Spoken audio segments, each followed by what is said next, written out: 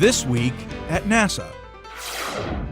If all goes according to plan, it won't be long before the first section of the Japan Aerospace Exploration Agency's new laboratory module, HIBO, makes it to the International Space Station.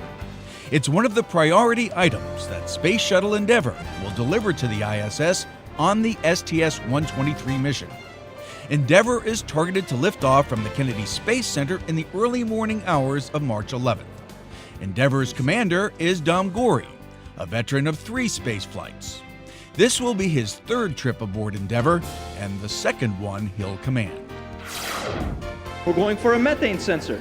Nice job! It was a race against the clock for students at the Jet Propulsion Laboratory. The 2nd annual Southern California NASA Explorer School Robotics Competition, hosted by JPL, pitted teams from a dozen local schools. Using Lego blocks and laptop computers, the students had spent several months designing and building these robots to complete specific tasks and simulations in less than 2 minutes. These included retrieving rocks and rescuing a stranded robot from the Martian surface.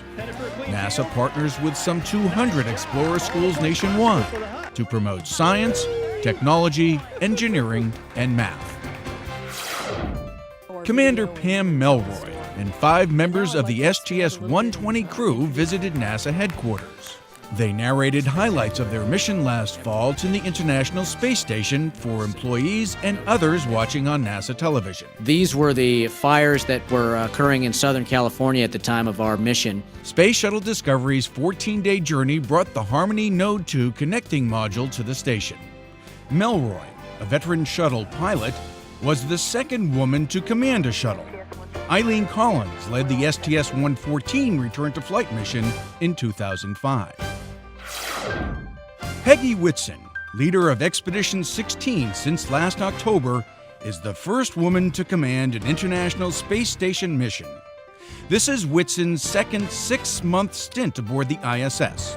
In 2002, Whitson was a flight engineer on Expedition 5, when she also served as NASA's first station science officer.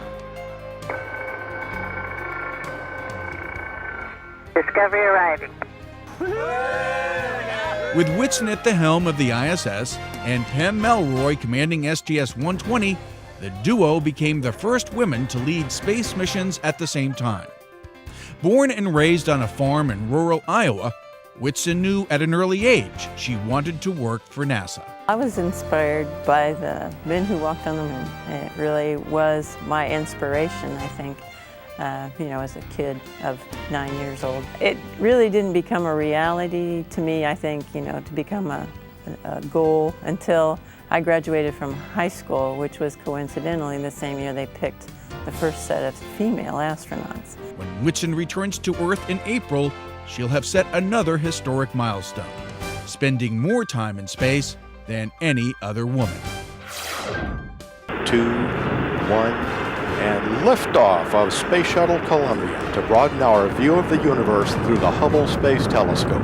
6 years ago this week, the 7-member crew of Space Shuttle Columbia left from the Kennedy Space Center on the 11-day STS-109 mission to service the Hubble Space Telescope.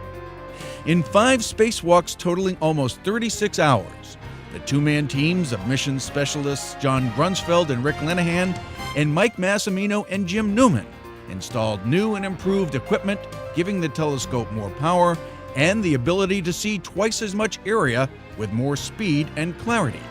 The spacewalkers also restored life to the near-infrared camera and multi-object spectrometer.